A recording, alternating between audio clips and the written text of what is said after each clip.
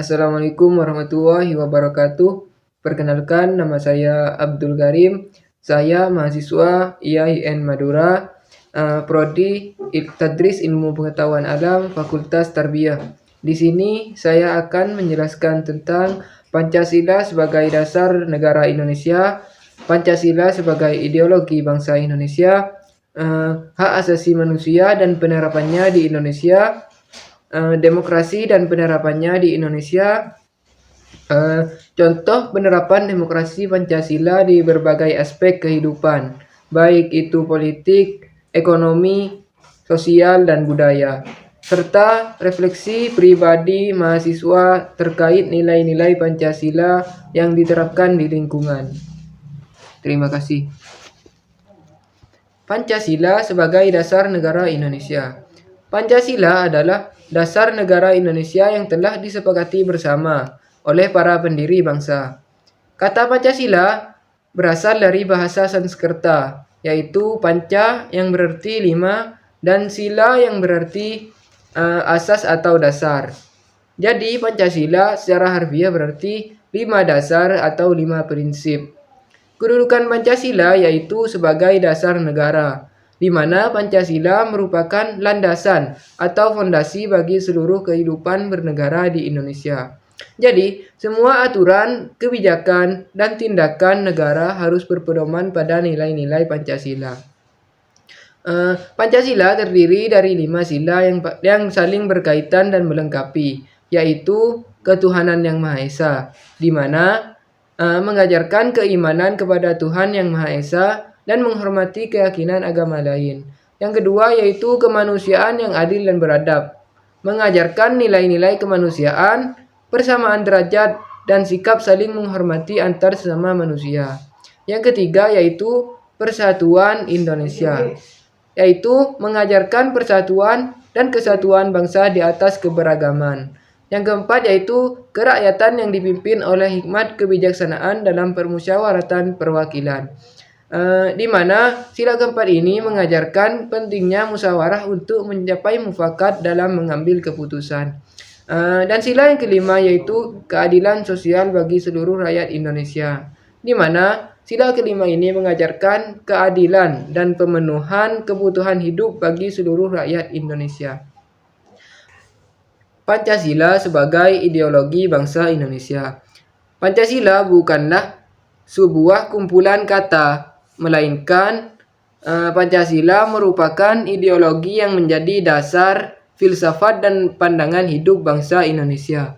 Ideologi ini lahir dari pergumulan sejarah bangsa dalam mencapai kemerdekaan dan menyatukan keberagaman yang ada. Apa sih ideologi itu? Ideologi adalah seperangkat keyakinan, nilai, dan gagasan yang menjadi dasar pandangan hidup suatu kelompok atau bangsa. Ideologi memberikan arah dan tujuan bagi suatu kelompok dalam mencapai cita-citanya. Kenapa Pancasila menjadi ideologi negara? Karena yang pertama yaitu hasil musyawarah. Pancasila lahir dari permusyawaratan para pendiri bangsa yang mewakili berbagai latar belakang. Yang kedua yaitu sebagai aspirasi. Untuk menampung aspirasi, Pancasila mampu mengakomodasi berbagai kepentingan dan aspirasi seluruh rakyat Indonesia. Yang ketiga yaitu memiliki nilai-nilai universal. Pancasila memiliki nilai-nilai universal yang terkandung dalam Pancasila tersebut, yang universal dan relevan dengan setiap zaman. Yang keempat yaitu sebagai pemersatu bangsa. Pancasila menjadi perekat bagi keberagaman suku, agama, ras, dan golongan di Indonesia. Berikut adalah fungsi Pancasila sebagai ideologi negara. Yang pertama yaitu pedoman hidup. Pancasila menjadi pedoman hidup bagi setiap warga negara dalam bertindak dan berperilaku. Yang kedua yaitu landasan pembangunan. Pembangunan nasional harus berorientasi pada nilai-nilai Pancasila. Yang ketiga yaitu Pancasila sebagai penjaga kedaulatan negara, di mana Pancasila menjadi benteng pertahanan terhadap segala ancaman yang dapat memecah belah bangsa. Yang kelima yaitu sumber dari segala sumber hukum, di mana semua hukum dan peraturan perundang-undangan di Indonesia harus bersumber dari Pancasila. Begitu. Yang berikutnya yaitu hak asasi manusia dan penerapannya di Indonesia. Baik, saya akan menjelaskan tentang HAM atau hak asasi manusia. Hak asasi manusia adalah seperangkat hak yang melekat pada diri setiap manusia sejak lahir, tanpa adanya diskriminasi. Hak-hak ini bersifat universal, artinya berlaku untuk semua orang di seluruh dunia, tanpa memandang ras, agama, gender, atau status sosial lainnya. Hak asasi manusia bertujuan untuk melindungi martabat dan kebebasan setiap individu. Dasar hukum hak asasi manusia di Indonesia yang pertama yaitu Undang-Undang Dasar 1945. Pasal 28A sampai 28J Undang-Undang Dasar 1945 secara tegas mengatur tentang hak asasi manusia. Yang kedua yaitu Deklarasi Universal Hak Asasi Manusia atau DUHAM, di mana Indonesia telah meratifikasi DUHAM dan berkomitmen untuk menghormati dan melindungi hak asasi manusia. Yang ketiga yaitu berbagai undang-undang. Selain Undang-Undang Dasar 1945, terdapat berbagai undang-undang lain yang mengatur lebih spesifik tentang hak asasi manusia, seperti Undang-Undang Nomor 39 Tahun 1999 tentang hak asasi manusia. Berikut contoh penerapan hak asasi manusia di Indonesia. Yang pertama yaitu pemilihan umum. Adanya pemilihan umum secara berkala merupakan bentuk penerapan hak politik warga negara. Yang kedua yaitu kebebasan berekspresi. Masyarakat bebas menyampaikan pendapat selama tidak melanggar hukum. Yang ketiga yaitu perlindungan anak. Adanya undang-undang perlindungan anak untuk melindungi hak anak-anak. Yang keempat yaitu perlindungan pekerja. Adanya undang-undang ketenaga kerjaan untuk melindungi hak-hak pekerja. Poin selanjutnya yaitu demokrasi dan penerapannya di Indonesia. Apa sih itu demokrasi? Demokrasi adalah bentuk pemerintahan di mana kekuasaan tertinggi berada di tangan rakyat. Dalam sistem demokrasi, rakyat memiliki hak dan kebebasan untuk menentukan arah dan kebijakan pemerintahan melalui perwakilan yang mereka pilih.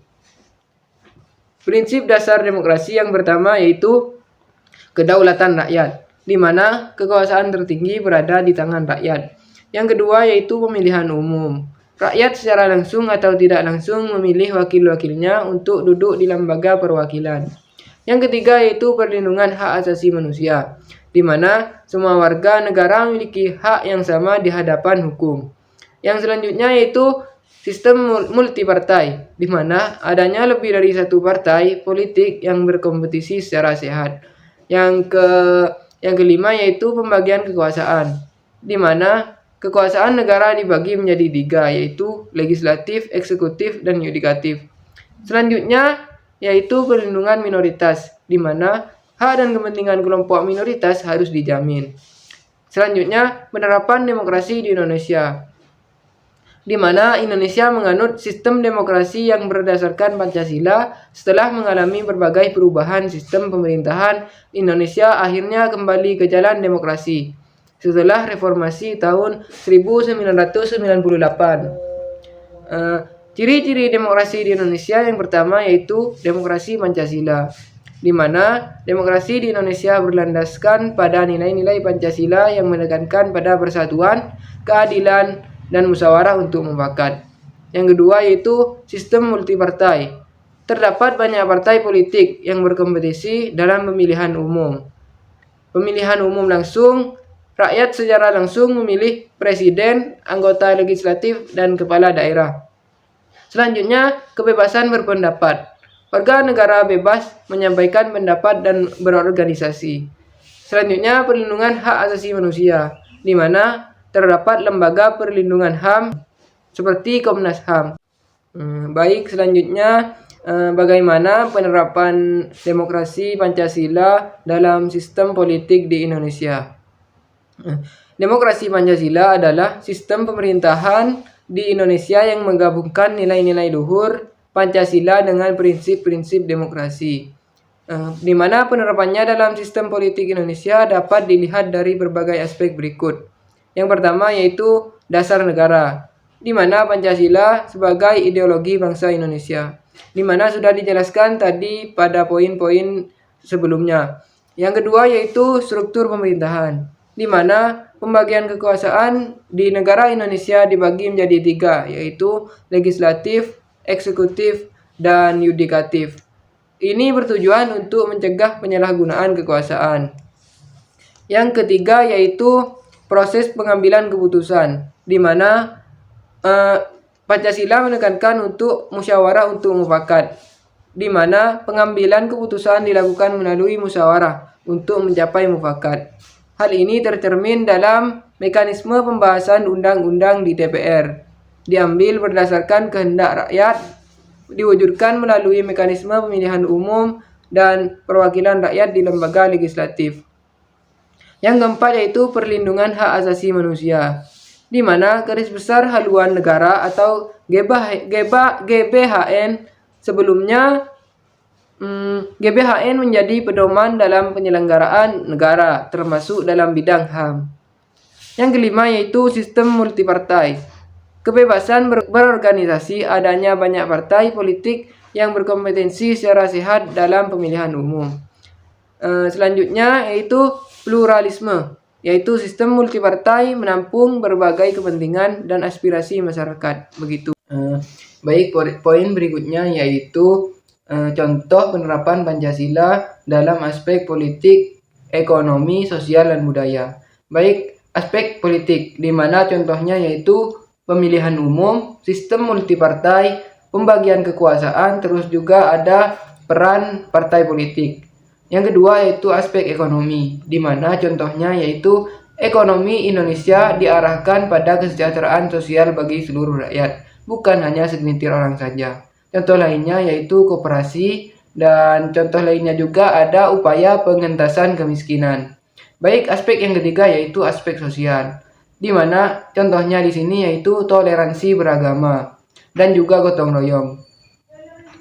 Aspek yang terakhir yaitu aspek budaya, di mana kebebasan berekspresi merupakan cerminan dari Pancasila di Indonesia. Begitu.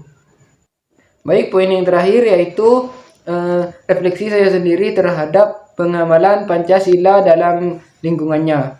Sila-sila Pancasila merupakan satu keterkaitan dengan yang lain, di mana mempunyai sisi negatif dan positifnya masing-masing. Untuk sila pertama itu mempunyai sisi positif, yaitu toleransi antar umat beragama yang cukup tinggi. Sedangkan negatifnya yaitu masih ada kasus intoleransi atau diskriminasi dan penistaan agama. Sila yang kedua mempunyai sisi positif, yaitu saling tolong-menolong antar warga negara. Sedangkan sisi negatifnya yaitu masih ada kasus kekerasan, diskriminasi, dan ketidakadilan. Sila yang ketiga memiliki sisi positif, yaitu rasa nasionalisme yang tinggi.